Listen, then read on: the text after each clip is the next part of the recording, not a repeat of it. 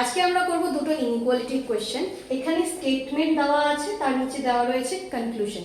এবার আমাদের চেক করতে হবে যে কনক্লুশনগুলো ঠিক আছে নাকি ভুল আছে। তার আগে বলে দিই, যখন ইনইকুয়ালিটি কাজ করব এই সাইনগুলোকে মাথায় রাখতে হবে। এখানে এই যে উপরে তিনটা সাইন আছে এটা মিলে একটা ফ্যামিলি, আর নিচে তিনটা সাইন মিলে এটা একটা ফ্যামিলি। এটা 1, এটা 2, এটা 3। সেম ভাবে এটা 1, এটা 2 আর এটা 3। যদি সেম ফ্যামিলির জিনিস থাকে, সেম ফ্যামিলির সাইন থাকে, তাহলে আমরা সেখান থেকে অ্যান্সার বের করতে পারবো। আর যদি সেম ফ্যামিলির সাইন না থাকে, উপরে দুটো হতে হতে মাঝখান থেকে নিচের থেকেও জিনিস চলে আসলো, সেখান থেকে আর কোনো রকম অ্যান্সার বের করা যাবে না।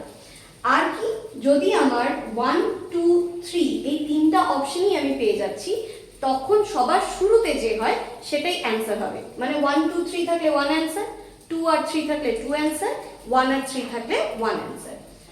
এখানে আমাদের বলেছে n এবং r এর মধ্যে দেখতে। এই যে n, এই যে r। এটাকে যদি দেখি, এটা হচ্ছে 2 নাম্বার, এটাও 2 নাম্বার, এটা 3 নাম্বার, এটা 1 নাম্বার। এই চারটার মধ্যে সবার শুরুতে যেটা আসে সেটা হচ্ছে 1, মানে সাইন হচ্ছে গ্রেটার। যেহেতু এটা একবার হয়ে যাচ্ছে, তার মানে এই জিনিসটা একদম ঠিক, প্রথম কনক্লুশনটা। আর দ্বিতীয় কনক্লুশনও n এবং r এর ব্যাপারেই বলছে। একবার অলরেডি অ্যান্সার বের হয়ে গেছে, n গ্রেটার দেন r, তার মানে n ইকুয়াল r হওয়া সম্ভবই না। এখানে শুধুমাত্র কনক্লুশন 1টা ঠিক। এবার আসি দ্বিতীয় কোশ্চেনটার মধ্যে। এই জায়গায় এখানে তো একটা লাইনেই কাজ শেষ হয়ে যাচ্ছিল, কোশ্চেন নাম্বার 1। এবার এই ক্ষেত্রে কি হচ্ছে, w থেকে a পর্যন্ত একটা আছে, আরেকটা w আর b কে নিয়ে বলে রেখেছে।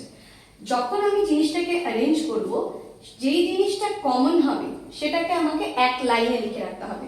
মানে এখানে যেরকম b কি করছে, w কে খোঁচা মারছে, তো সেই জিনিসটা আমি এখানেও সাজিয়ে দিচ্ছি। তাহলে এইটুকুর কাজ আর আমার এখন থাকলো না। যা চেক করব এখান থেকে এইটুকুর মধ্যেই চেক করব।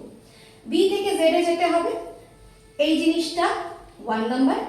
নেক্সট সাইড আমার উল্টো দিকে হয়ে যাচ্ছে, 2 নাম্বার আছে কিন্তু ফ্যামিলি চেঞ্জ হয়ে যাচ্ছে।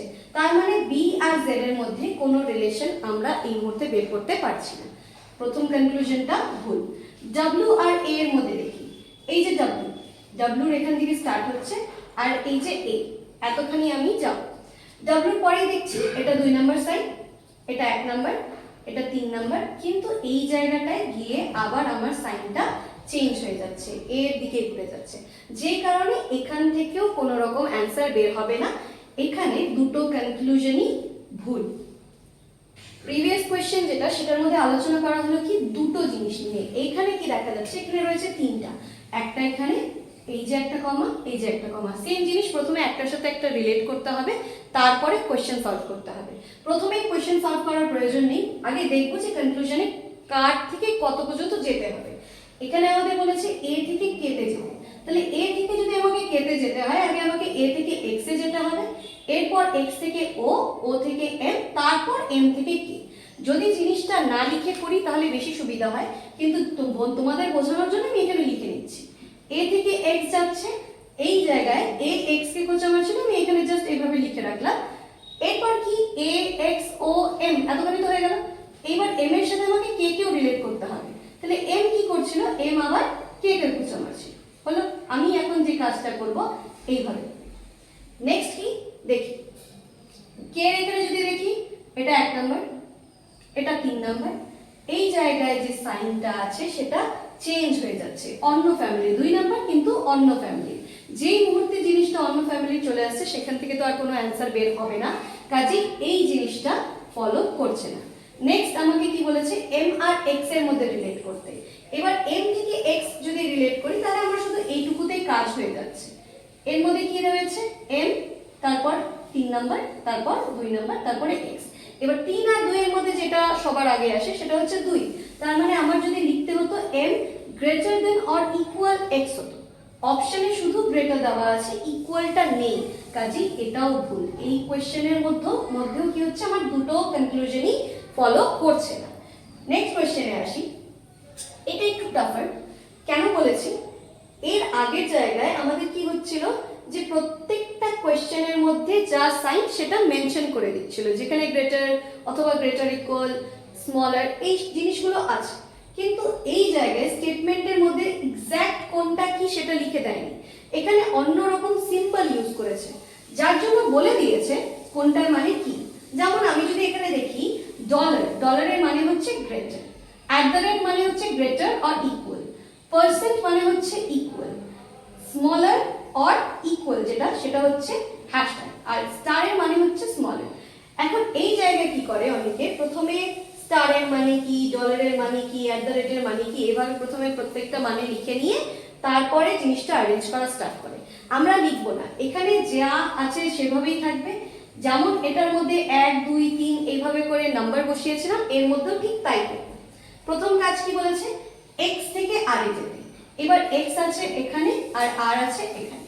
এই অ্যাট দ্য রেট কোন নাম্বারে আছে, 2, পার্সেন্ট কোথায় আছে, 3, আবার আছে অ্যাট দ্য রেট, তার মানে 2।